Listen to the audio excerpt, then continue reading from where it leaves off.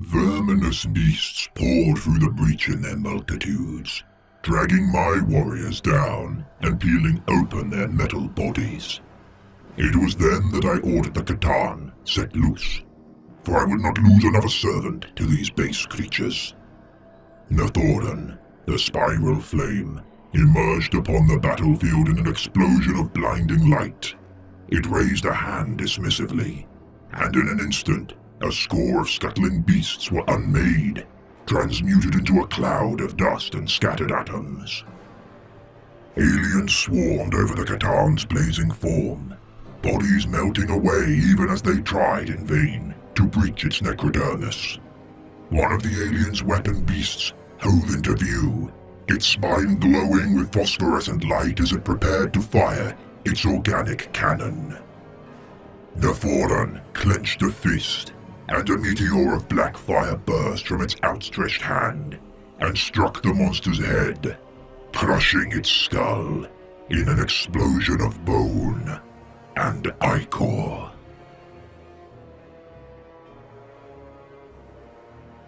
To understand my people's ascension as the rulers of the stars, one must acknowledge, in facing the primordial intelligent beings spawned from the foundational energies of the galaxy. Mighty and powerful creatures, which promise my people salvation from the meddling of the Old Ones who spurned our suffering and their duty to lift us from our fate. A bargain struck for vengeance, costing the very soul of my people. We were not to know the true depths of betrayal that one species could inflict on one another until accepting power from such malevolent deities. The ancient beings that you would regard as star gods, the C'tan. In the beginning of time and space, little existed in the mortal realms beyond atoms. Celestial bodies birthed and exploded, their unstable genesis spewing stardust across the void in their inexorable cycle of death and rebirth. Supernovas lit the expanse of nothing, causing nebulas to form and life to begin its slow toil of evolution, decay, extinction, and renewal. Among such primordial beings, the C'tan roamed the galaxy as swirling gases comprised of insurmountable amounts of pure energy, approximating etheric yet benign creatures of nature. The first self-aware beings to ever grace the stars, the thoughts of the C'tan derived from the plasma and electromagnetic flares of the stars themselves, echoed before the first planets of the void had even cooled from the crucible of creation. Absorbing the solar energy of stars for sustenance, with time, these forms adapted to grow great diaphanous wings and travel the electromagnetic through lines of the galaxy. Parasitic in nature, the C'tan's monstrous hunger starved entire star systems of energy to sate their endless cravings.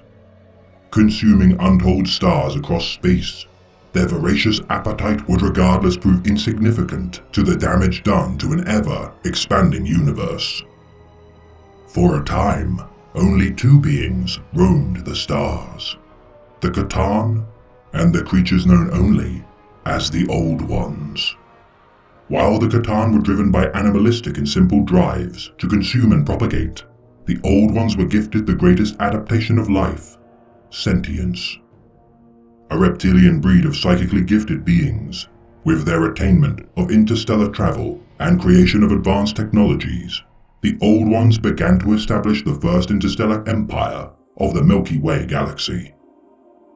Ruling over their sea of stars, the Old Ones crafted the Webway and formed many species to foster and guide into their care. Slann, Krorks, Jokero, and even humans as they began to learn and grow into beings which would embark upon forging their own destinies, and above all species which were raised were the Eldari.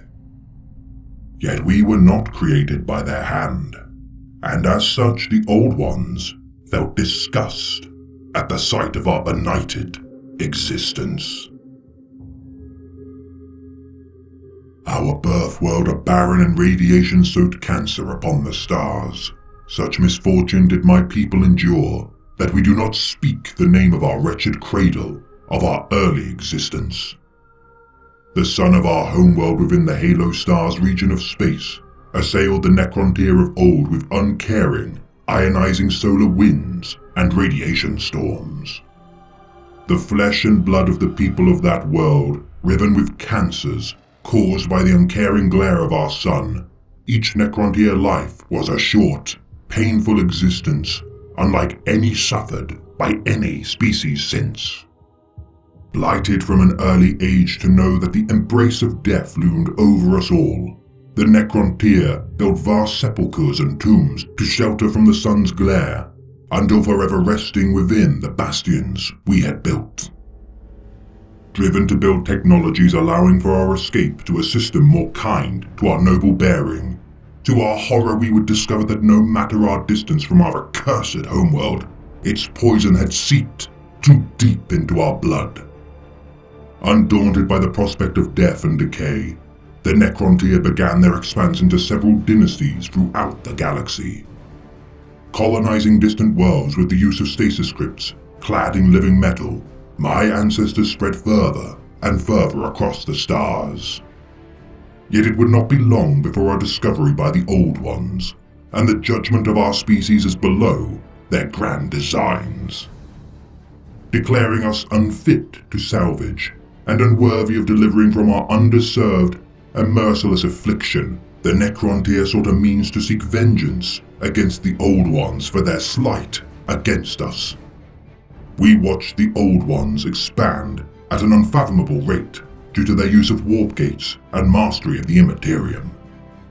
The wars of secession wrought conflicts between rival dynasties, yet a great enemy required facing in order to unite the warring dynasties to fight united once more. The Old Ones and their brood claimed ever greater resources in their conquest of the galaxy, and had proven to be adversarial in their dealings with the Necrontyr already. The Triarch of the Necrontyr declared war against the Old Ones, offering amnesty to any dynasty aiding in the fight to humble the ancient nemesis. The war in heaven had begun, and in the time of the Necrontyr's greatest need, an unlikely ally made itself known. Despite the Necrontyr's mastery of technology, alone there could be no hope of victory against the Old Ones. Already at a disadvantage due to the Old Ones' use of psychic powers, my people showed no affinity with such strange powers and could not hope to defeat such a foe through conventional attritional warfare.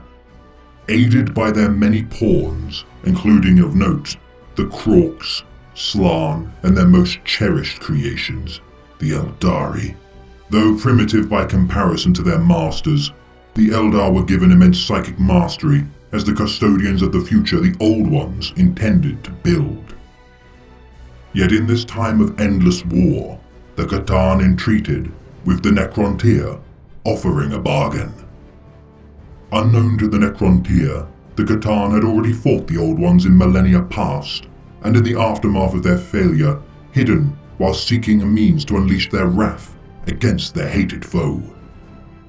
Forging an alliance with the Necrontyr, the C'tan offered their knowledge in defeating their psychically gifted mutual enemies in exchange for the technologies of the Necrontyr, creating bodies of necrodermis metal to house the energies of the C'tan. The now monoliths of death and destruction imparted instructions to build blackstone pylons to diminish the warp-induced energies of the Old Ones. With the construction of such pylons, the warp in its entirety would be sealed from the material universe, killing all living creatures imbued with a soul and leaving plenty of nourishment remaining for the star god's appetite. Seeing their allies as frail and pitiable creatures, the C'tan offered a chance of immortality to the Necrontyr, given freely. Constructing the biotransference biofurnaces, the Necrontyr began to convert all subjects of its empire into their now ascended form of living metal.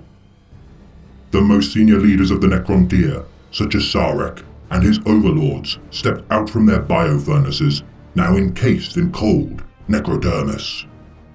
The thralls of the citizenry returned from their transformation as obedient husks, whilst their leaders retained their cognition despite their lack of souls.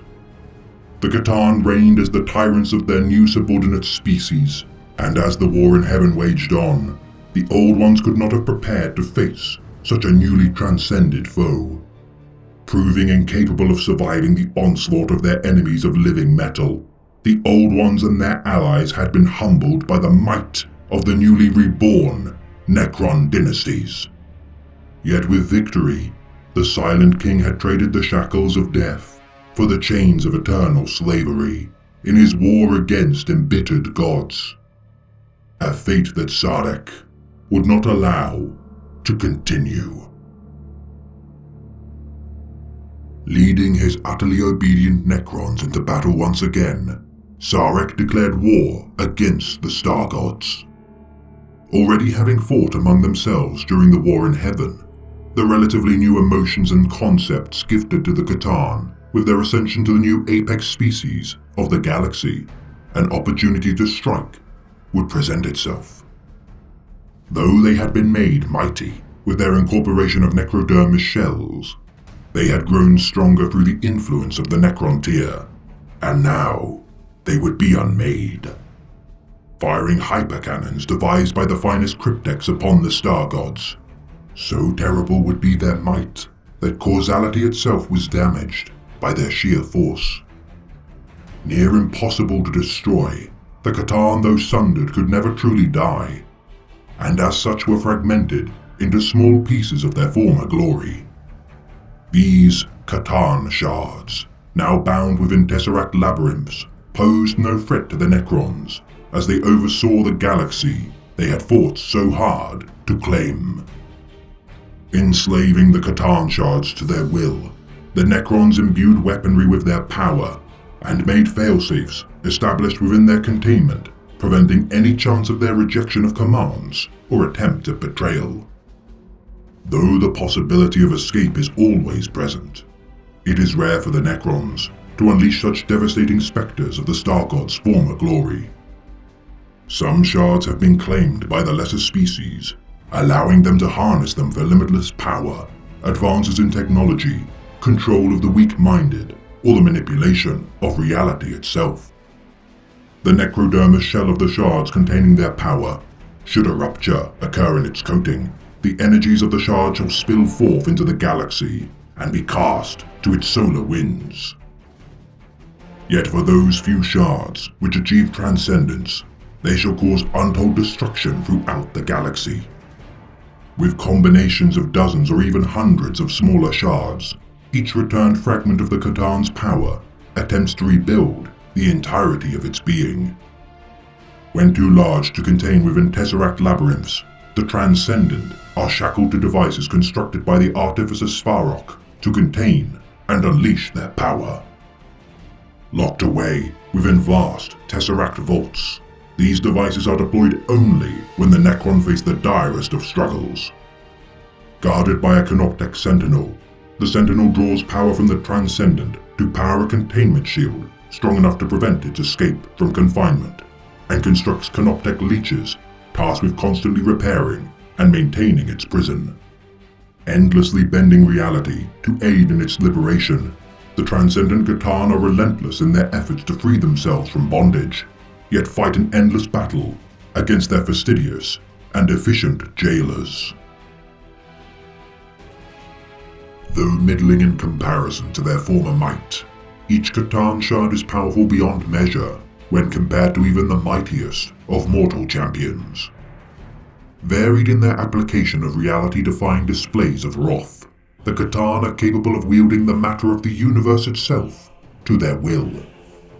Able to cast antimatter meteors as projectiles, create pillars of flame, drain the life from those they gaze upon, or even rot their victims by the merest touch, the C'tan also weave grand illusions to deceive, confound, and trick their foes. Incorporating world-molding abilities, such as to cast the earth or conjure blazing flames with only a thought, their mere presence destabilizes gravitational forces and interferes with warp traversal and teleportation beams. able to shroud themselves in pitch darkness for concealment and twist the space-time continuum to its benefit. The laws of reality themselves buckle and submit to the star god's whims. Their transcendent forms can cast rains of explosive fire from the sky and phase through solid objects, their necrodermic form capable of striking the earth beneath its feet with seismic force.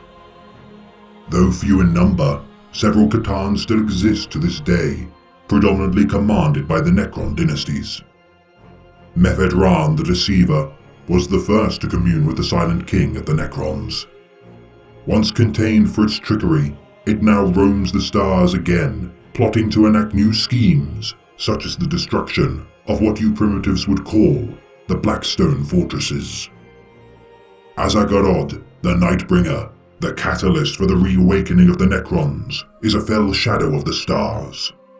Alike to the appearance of the primitive belief of their so-called Grim Reaper, such an attribution is quaint when compared to its potential to rend all life across the galaxy.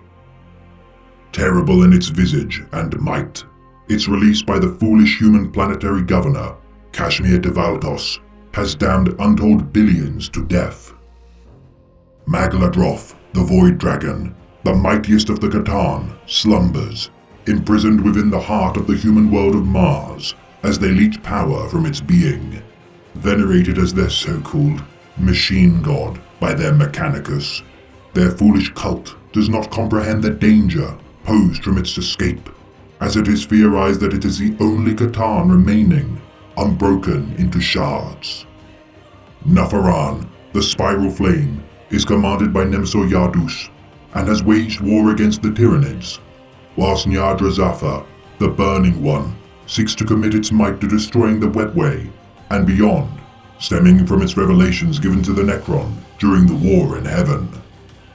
Anathema to the existence of the C'tan, the warp is alien to both the Necrons and Star Gods, and as such, with the influence of the Burning One, the Dolmen Gates allow for the dynasties to warp travel without accessing the Webway.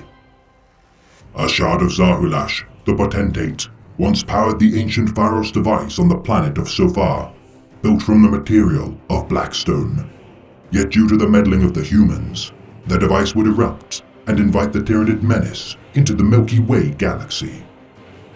Reactivated with the birth of the Great Rift across the galaxy, the Archmagos of the Mechanicus, Belisarius Cawl, would hope to strike a deal with the ancient shard, yet not be immune to its treachery. Tricking the ancient Zahulash, Belisarius managed to teleport the being to a faraway region of space, surrounded by the tomb worlds of the Necrons, never to be heard from again. And while other shards remain to be found, derived from the beings Ayashudra, the Endless Swarm, Landugor, the Flayer, Ogdriada, the Arisen, Saranoga, the Outsider, Igranaya, the World Shaper, and Kalugura, such fragments remain hidden and lost to those who lay claim to the void. For perhaps it is best away from mortal hands. These are the gods of your time. God of machines, God of chaos, God of men.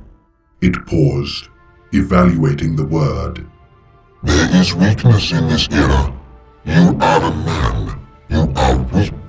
Your species is weak. Far removed from the original plan of our enemy. These are not gods you worship. This machine god. These entities in the warp. This emperor. We will explain. The first is a lie. The second are emergent consciousnesses caused by etheric disturbance. The third is a weapon.